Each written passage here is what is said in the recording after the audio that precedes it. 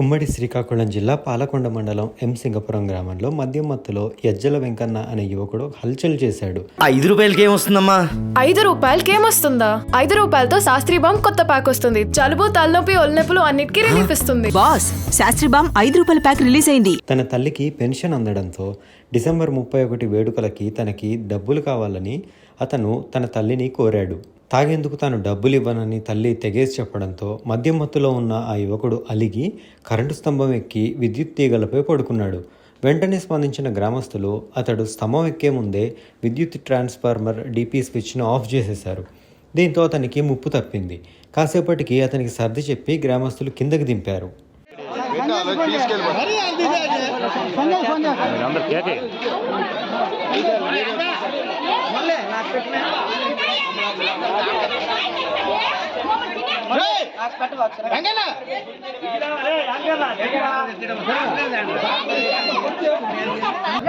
దిగురా నువ్వు దిగురా.